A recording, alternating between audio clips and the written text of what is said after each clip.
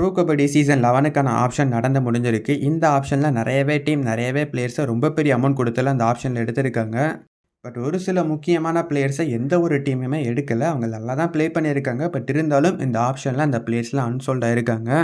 And அதே மாரி bro கபடியோட ஜாம்பவான்கள் நெறைய பேர் இந்த ஆப்ஷன்ல அன்சோல்ட் ஆயிருக்காங்க. ஸோ அப்படி அன்சோல்ட் ஆன முக்கியமான ஒரு 15 பிளேயர்ஸ பத்தி தான் இந்த வீடியோல பார்க்க போறோம். ஸோ அதுக்கு முன்னக்கூட்டி இந்த மாரி கபடி பத்தின அப்டேட்லாம் தெரிஞ்சுக்கணும்னா யோசிக்காம சப்ஸ்கிரைப் பண்ணி வச்சுக்கோங்க. அடுத்தடுத்த முக்கியமான வீடியோஸ்லாம் நீங்க மிஸ் பண்ணாம தெரிஞ்சுக்கலாம். ஓகே, நம்ம ஃபர்ஸ்ட்டா பார்க்க போற லெஜண்ட் ராகுல் சௌத்ரி. ராகுல் சௌத்ரி ப்ரோ கபடியோட வரலாற்றிலே one of the best raider அப்படிங்கிறதுல எந்த மாற்று கருத்துமே கிடையாது. பட் இப்போ ரீசெண்டா ஒரு 3, 4 சீசனா அவரால பெருசா பெர்ஃபார்ம் பண்ண முடியல அப்படிங்கிறது ஒரு உண்மை. லாஸ்ட் சீசன்ல ரொம்பவே மோசமா ப்ளே பண்ணாரு. ஸோ அந்த ஆப்ஷனுக்குமே வந்தாரு. ஆப்ஷன்ல எந்த ஒரு டீமுமே அவர் எடுக்கல. அன்சோல்ட் ஆனாரு. ஸோ இப்போ அன்சோல்ட் ஆனதுக்கப்புறம் ராகுல் சௌத்ரி அவரோட ரிட்டைர்மெண்ட்டையுமே அறிவிச்சிருக்காரு. ப்ரோ கபடியிலிருந்து விடை பெற்றிருக்கார் நம்ம ராகுல் சௌத்ரி. ஸோ இப்போ அஃபிஷியலாக அவரோட ஓய்வை அறிவிச்சிருக்காரு. ஓகே, நம்ம ரெண்டாவதாக பார்க்க போகிற பிளேயர் நம்ம தெலுங்கு டைட்டன் டீமோட ரஜினிஷ் தான். ரஜினிஷ் ஒரு காலகட்டத்தில் தெலுங்கு டைட்டன் டீமுக்காக ரொம்பவே நல்லா ப்ளே பண்ணிட்டு இருந்தார். ராகுல் சௌத்ரி சித்தார்த் தேசாய்க்கு அப்புறம் தெலுங்கு டைட்டன் டீமை இவன் தாண்டா காப்பாற்ற போகிறா அப்படிங்கிற மாதிரி ஃபேன்ஸ் எல்லாருமே ஃபயர் விட்டுட்டு இருந்தாங்க. ஒரே மேட்ச்சில் 23 பாயிண்ட்லாம் எடுத்து மாஸ் காமிச்சிட்டு இருந்தார். பட் அன்ஃபார்ச்சுனேட்லி இவரோட கரியர்லேயுமே அந்த இன்ஜுரி அப்படிங்கிறது விளையாட ஆரம்பிச்சிடுச்சு. ஸோ அதற்கப்புறம் அவரோட கரியர் அப்படியே டவுன் ஆகிடுச்சு. இன்னமும் அந்த இன்ஜுரி ப்ராப்ளத்தோட கொஞ்சம் கஷ்டப்பட்டுட்டு தான் இருக்கார். பெருசாக பெர்ஃபார்ம் பண்ண முடியலை. ஸோ இன்ஜுரியிலேருந்து கம்பேக் கொடுத்து திரும்பவும் நல்ல பிளேயராக மாறுவாரா அப்படிங்கிறத பார்ப்போம். ஓகே, நம்ம மூணாவதாக பார்க்க போகிற பிளேயர் நம்ம விஷால் பரத்வாஜ் தான். விஷால் பரத்வாஜ் ப்ரோ கபடியோட ஹிஸ்ட்ரியில் இவருமே ஒன் ஆஃப் த ஒரு பெஸ்ட் டிஃபெண்டராக இருப்பார். தெலுங்கு டைட்டன் டீமுக்கெல்லாம் வேறு லெவலில் ப்ளே பண்ணார். பட் கடைசி ஒரு சில சீசன்களில் இவரோட பெர்ஃபார்மன்ஸ் அப்படிங்கிறது கொஞ்சம் டவுன் ஆச்சு. ஓரளவுக்கு ஆவரேஜாக தான் ப்ளே பண்ணிகிட்டு இருந்தார். பட் ஆவரேஜாக ப்ளே பண்ணுறது பிரச்சனை கிடையாது. இவர் எவ்வளோக்குள்ள நல்லா ப்ளே பண்ணுறாரோ அதே அளவுக்கு ஈக்குவலான அட்வான்ஸ் ட்ராக்லையுமே பண்ணி மோசமாகவும் ப்ளே பண்ணக்கூடிய ஒரு பிளேயராக கடைசி ஒரு சில சீசனில் இருந்த காரணத்தினால இந்த ஆப்ஷனில் பெருசாக எந்த ஒரு டீமே இவருக்கு இன்ட்ரெஸ்ட் காட்டலை. அண்ட் அதே மாதிரி எல்லா டீமுக்கிட்டையுமே ஓரளவுக்கு பெஸ்ட்டான அந்த லெஃப்ட் கார்னர் பிளேயர் இருக்காங்க. கார்னர் பிளேயர்ஸுக்கு பெருசாக டிமாண்ட் இல்லை. நிறையவே பிளேயர்ஸ் இருக்கிற காரணத்தினால பெஸ்ட்டான பிளேயர்ஸ் எல்லா டீமும் வச்சிருக்காங்க. ஸோ அதனால் விஷால் பரத்வாஜ் இந்த ஆப்ஷனில் அன்சோல்ட் ஆயிருக்காரு. ஓகே, நம்ம நாலாவதாக பார்க்க போகிற பிளே நம்ம ரோஹித் குல்லியா தான். ரோஹித் குல்லியாமே ப்ரோ கபடியில் ஓரளவுக்கு நல்லாவே ப்ளே பண்ணியிருக்காரு. பிகேஎல் சீசன் 7ல் பிரமாதமாக ப்ளே பண்ணார். அதற்கப்புறம் பட்னா பைரேட்ஸ் டீமில் கொஞ்சம் ஓகேவாக ப்ளே பண்ணாலுமே நிறையவே மேட்சஸில் நல்லா பெர்ஃபார்ம் பண்ணியிருக்காரு. கொஞ்சம் சொதப்புனாலுமே உடனே அவர்கிட்ட இருந்து கம்பேக்கை நம்ம எதிர்பார்க்கலாம். அண்ட் நிறையவே டைம் கம்பேக் கொடுத்து மாஸ் பண்ணியிருக்காரு. அண்ட் அதே மாதிரி குஜராத் ஜெயின்ஸ் டீமுக்குமே நல்லா ப்ளே பண்ணியிருக்காரு. பட் இருந்தாலும் அவரோட நேரமா இல்லை என்ன இலவுன்னு தெரில, அன்சோல்ட் ஆகிட்டார் இந்த ஆப்ஷனில். ரொம்ப நல்ல பிளேயர் தான், ஆல்ரவுண்டர்னு சொல்லிக்கிடுவார். பட் டிஃபென்ஸ்லாம் அவருக்கு சுத்தமாக வராது. ரைடிங்கில் நல்ல ஒரு பர்ஃபார்மன்ஸை கொடுப்பாரு. பட் இந்த டைம் எந்த ஒரு டீமுமே எடுக்கலை, அன்சோல்ட் ஆகிருக்காரு. ஓகே, நம்ம அஞ்சாவதாக பார்க்க போகிற பிளேயர் நம்ம சந்தீப் துல் தான். சந்தீப் துல்மே கிட்டத்தட்ட விஷால் பரத்வாஜ் மாதிரி தான் இவருமே.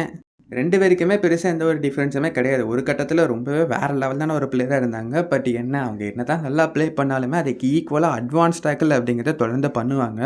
ஸோ சந்தீப் துல்லுமே Jaipur pink panthers and Dabang Delhi and Telugu titan மரணா டீமில் ஒரு சில மேட்சஸ் நல்லா தான் ப்ளே பண்ணியிருக்காரு. பட் எக்கச்சக்கமான மிஸ்டேக்கை பண்ணுவார். ஸோ இப்போ எல்லா டீம்கிட்டையுமே ஓரளவுக்கு நல்ல கார்னர் பிளேயர்ஸ் இருக்காங்க. ஸோ அதனால் பெருசாக இந்த பிளேயருக்கு யாருமே இன்ட்ரெஸ்ட் காட்டலை. ஓகே, நம்ம ஆறாவதாக பார்க்க போகிற பிளேயர் நம்ம சுரேந்தர் சிங் தான். சுரேந்தர் சிங்குமே கிட்டத்தட்ட இதே கேஸில் தான் வருவார். அட்வான்ஸ் டேக்கிள் பிரச்சனையால் தான் இவரோட கரியருமே அப்படியே கொஞ்சம் கொஞ்சமாக டவுன் ஆகிட்டே வந்தது. யூமும்பா டீம்லாம் ஒரு காலத்தில் ரொம்பவே நல்ல பிளேயராக இருந்தார். பட் அட்வான்ஸ் டேக்கிள் பண்ணிக்கிட்டே இருப்பார். அண்ட் அதற்கப்புறம் தெலுங்கு டைட்டன் டீமுக்குமே போனார். அங்கேயுமே இப்போ நல்லா ப்ளே பண்ணார். பட் அவரோட கை வந்த கலையான அட்வான்ஸ் டேக்கில் அவர் விடுறதா கிடையாது. தெலுங்கு டைட்டன் டீம் திரும்பவும் ரிலீஸ் பண்ணாங்க. யூமும்பா டீம் எடுத்து கேப்டனாக போட்டாங்க. அந்த ஒரு சீசன் கொஞ்சம் நல்லா இருந்தது. கொஞ்சம் கேப்டன்சி ரெஸ்பான்சிபிலிட்டி எடுத்து கொஞ்சம் நல்லா ப்ளே பண்ணார். பட் லாஸ்ட் சீசன் திரும்பவும் அவரோட வேலையை கட்ட ஆரம்பிச்சிட்டாரு. ஐயா சாமி நீ தேவையில்லைன்னு சொல்லிட்டு அந்த டீமும் ரிலீஸ் பண்ணிட்டாங்க. ஸோ அட்வான்ஸ் டேக்கிள் அப்படிங்கிறது இந்த 3 பேரோட வாழ்க்கையில் ரொம்ப பெரிய ஆட்டம் ஆடி இருக்கு.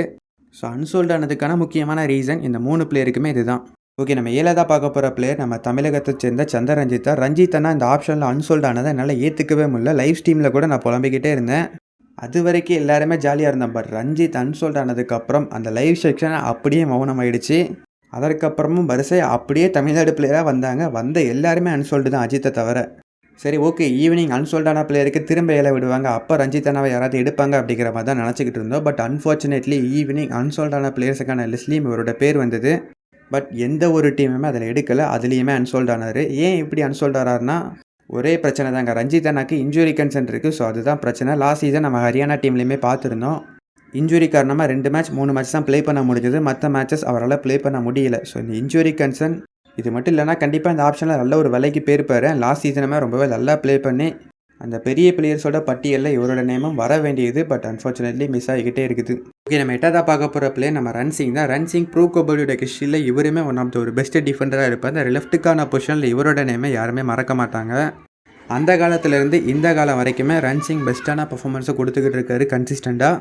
பட் என்ன தான் லாஸ்ட் ஒரு சில சீசனாக பெங்களூர் புல்ஸ் டீமுக்கு நல்லா ப்ளே பண்ணாலுமே இந்த ஆப்ஷனில் அவர் எடுக்கிறதுக்கு எந்த ஒரு டீமே இன்ட்ரெஸ்ட் காட்டல, அன்சோல்ட் ஆயிருக்காரு. ஓகே, நம்ம 9ஆவதா பார்க்க போகிற பிளே நம்ம தமிழகத்தை சேர்ந்த சச்சின் சந்திரசேகர் தான். சச்சின் சந்திரசேகர் பட்னா பைரேட்ஸ் டீமுக்காக ரொம்பவே சூப்பராக ப்ளே பண்ணிட்டு இருந்தார்.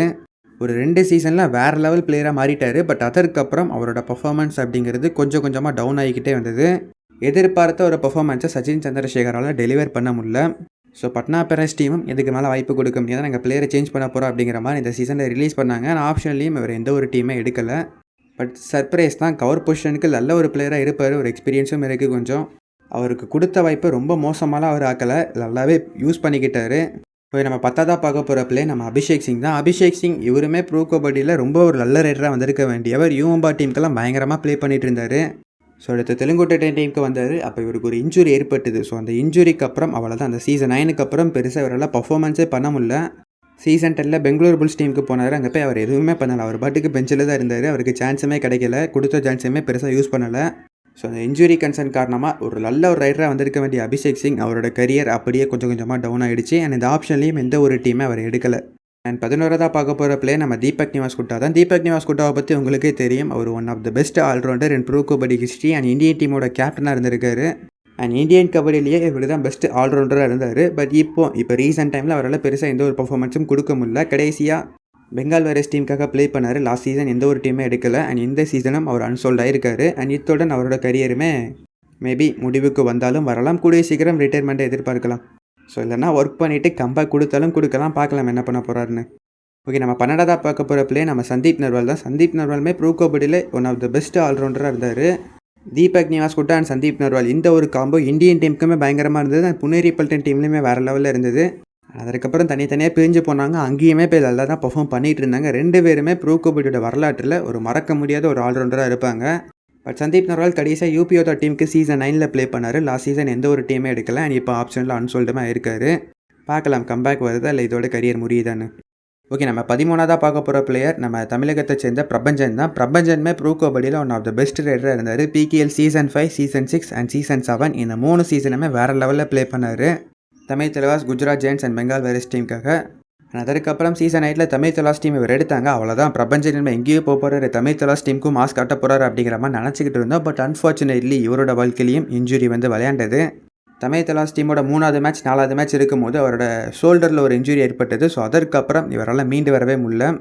அப்பப்போ கம்பேக் கொடுத்த ஆப்ஷனுக்குமே வந்து டீமுமே எடுத்தாங்க. பட் பர்ஃபார்மன்ஸில் இவரால் பெருசாக எதுவுமே பண்ண முடியலை. ஹரியானா ஸ்டீலர்ஸ் டீமே எடுத்து வச்சாங்க. பட் அவருக்கு இன்னமும் அந்த இன்ஜுரி பெயின் இருக்குது அப்படிங்கிற மாதிரி தான் சொல்லிட்டு இருந்தார். மேபி அந்த இன்ஜுரி மட்டும் இல்லைன்னா அவர் தமிழ் தலாஸ் டீம்லேயே நேரம் ஒரு பெரிய ஒரு ரைடராக இருந்திருப்பார்.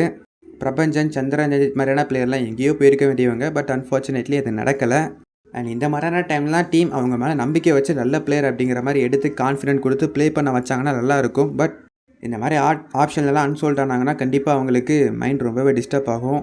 நமக்கு கேட்கவே கஷ்டமாக இருக்குது. அவங்க ப்ரோ கபடியில் எப்படி ப்ளே பண்ணியிருப்பாங்க, அவங்களுக்குலாம் எப்படி இருக்கும். ஸோ கொஞ்சம் அப்செட்டாக தான் இருக்குது. ஓகே, நம்ம 14ஆவதா பார்க்க போகிற பிளே நம்ம தமிழகத்தை சேர்ந்த விஸ்வந்த் தான். Viswanth Tamil Thalaivas team PKL season 9ல் எடுத்தாங்க. அந்த சீசனே ஓரளவுக்கு நல்லா தான் ப்ளே பண்ணார். பட் பெருசாக சான்ஸ் கிடைக்கல. மேபி அதிகமான சான்ஸ் கிடச்சிருந்தா ரொம்ப நல்லா ப்ளே பண்ணியிருப்பார். பட் கிடைச்ச சான்ஸையுமே நல்லாவே யூஸ் பண்ணார். அடுத்து யூமும்பா டீம் எடுத்தாங்க. யூமும்பா டீம்லேயுமே போய் நிறையவே மேட்சஸில் ரொம்பவே நல்லா பண்ணார். அவரால் முடிஞ்ச அளவுக்கு டிஃபென்ஸ்லேயும் அஃபென்ஸ்லேயும் நல்லாவே கான்ட்ரிபியூட் பண்ணி ரொம்ப ஒரு நல்ல ஒரு பிளேயராகவே இருந்தார். அண்ட் அதே மாதிரி கேட்டகரி பிலேயுமே செலக்ட் ஆகியிருந்தார். ஸோ கொஞ்சம் நல்லா பர்ஃபார்ம் பண்ணுறவங்கள தான் கேட்டகரி பிக்கு எடுப்பாங்க. ஸோ விஸ்வந்தையும் அதில் எடுத்திருந்தாங்க. பட் என்னன்னு தெரில, இந்த ஆப்ஷனில் எந்த ஒரு டீமுமே அவர் எடுக்கலை. இதுவுமே சர்ப்ரைஸாக தான் இருந்தது. பட் விஸ்வந்துக்கு கிடைச்ச வாய்ப்பை அவர் இன்னுமே நல்லா யூஸ் பண்ணியிருக்கலாம். பட் இருந்தாலும் அவர் ரொம்ப மோசமாலாம் ப்ளே பண்ணலை. யூமும்பா டீம் தான் கிடைச்ச வாய்ப்பை நல்லாவே யூஸ் பண்ணிக்கிட்டாரு. பட் இவருமே ஒரு தமிழ்நாடு பிளேயர் தானே. ஸோ கொஞ்சம் சொதப்புனாலும் போதும், அதே காரணமாக சொல்லி தூக்கி வெளியே வீசிடுவாங்க. இன்னும் ஒரு சான்ஸ் கொடுத்து பார்த்துருக்கலாம். பட் அன்ஃபார்ச்சுனேட்லி இந்த ஆப்ஷனில் அன்சோல்ட் ஆகிட்டார். ஓகே, நம்ம 15ஆவதா இந்த இடத்துல நிறையவே பிளேயர்ஸை சொல்கிறேன். நம்ம தமிழகத்தை சேர்ந்த நம்ம மாசானாமுத்து அண்ட் செல்வமணி இந்த பிளேயர்ஸும் அன்சோல்ட் ஆகிருக்காங்க. இவங்களுக்கு கிடைச்ச வாய்ப்பை பெருசாக யூஸ் பண்ணல. செல்வமணிக்கு வாய்ப்பே கிடைக்கல. ஸோ அதனால் இந்த லிஸ்ட்டில் எடுக்க வேண்டாம்னு நினச்சேன். பட் இருந்தாலும் சும்மா சொல்லிக்கிறேன், இந்த பிளேயர்ஸும் அன்சோல்ட் ஆகிருக்காங்க. அண்ட் அது போக ரொம்ப முக்கியமான பிளேயர்ஸ்னு பார்த்தோன்னா மோனு குயாத், நிதின் தோமர், ரோஹித் குமார், சுரேந்தர் நாடா இந்த மாதிரி ப்ரோ கபடியோட பெரிய பெரிய லெஜெண்ட்ஸ் எல்லாருமே இந்த ஆப்ஷனில் அன்சோல்ட் ஆனாங்க. ஸோ இவங்களையுமே எடுத்து ஒருத்தராக எடுத்து இந்த லிஸ்ட்டில் வைக்காததுக்கான காரணம் ஏன்னா இவங்க எல்லாருக்குமே ப்ராப்பரான ரீசன் இருக்குது அன்சோல்ட் ஆனதுக்கு. ஏன்னா யாருமே லாஸ்ட் ஒரு சில சீசனில் பெருசாக ப்ளே பண்ணல, வயசாகிடுச்சு அண்ட் பெருசாக ஃபிட்னஸ் இல்லை, டொமஸ்டிக்லேயும் ப்ளே பண்ணுற இந்த மாதிரி நிறையவே ரீசன்ஸ் இருக்குது. அண்ட் கிடைச்ச வாய்ப்பை கடைசி ஒரு சில சீசனில் அவங்க பெருசாக யூஸ் பண்ணலை. ஸோ கிட்டத்தட்ட அவங்களோட கரியர் ரெண்டுக்கு வந்துட்டாங்க. அதனால தான் தனியாக எடுத்து பேசலை. பட் இவங்களாம் அன்சோல்ட் ஆகிருக்காங்க. ஓகே, இதில் உங்களுக்கு யார் அன்சோல்ட் ஆனது ரொம்பவே கஷ்டமாக இருந்தது? எனக்கு கண்டிப்பாக சந்திரரஞ்சித் தான். அவர் கொஞ்சம் கம்மியான விலைக்கு போகிற அப்படிங்கிற மாதிரி தான் நினச்சிக்கிட்டு இருந்தோம். பட் அன்சோல்ட் ஆவார்லாம் எதிரே பார்க்கல. அண்ட் அதே மாதிரி தான் பிரபஞ்சன்மே அவர் எப்படியாவது பேஸ் அமௌண்ட்காவது எடுத்து போட்டுருவாங்க அப்படிங்கிற மாதிரி தான் நினச்சிக்கிட்டு இருந்தோம். பட் யாருமே எடுக்கலை அப்படிங்கிறது ரொம்பவே கஷ்டமாக இருந்தது. ஸோ நான் தமிழ்நாடு பிளேயர்ஸையுமே தாண்டி ரோஹித் குல்யா மாதிரி ஒரு சில பிளேயர்ஸ் தொடர்ந்து நல்லா பெர்ஃபார்ம் பண்ணாலுமே அவங்கள ஆப்ஷனில் எந்த ஒரு டீமே எடுக்கலை. ரஜினிஷ், அபிஷேக் சிங் மாதிரியான பிளேயர்ஸ்லாம் இங்கே நல்லா வந்திருக்க வேண்டிய பிளேயர். பட் அன்ஃபார்ச்சுனேட்லி அவங்களுமே இந்த இன்ஜுரி காரணமாக ரொம்பவே கஷ்டப்பட்டிருக்காங்க. ஏன்னா இப்போ அவங்களோட கபடி கரியருமே ஆல்மோஸ்ட் முடிவுக்கு வர்ற மாதிரி தான் இருக்குது. மேபி கம்பேக் கொடுக்கறதுக்கு வாய்ப்பு இருக்குது, பார்ப்போம். இதிலேருந்து எந்த பிளேயர் ப்ரோ கபடி சீசன் 12க்கு கம்பேக் கொடுத்தா நல்லாயிருக்கும் அப்படிங்கிற உங்களோட ஒப்பீனியனை கீழே கமெண்ட் பாக்ஸில் கமெண்ட் பண்ணுங்கள். ஓகே, தேங்க்யூ ஃபார் வாட்சிங்.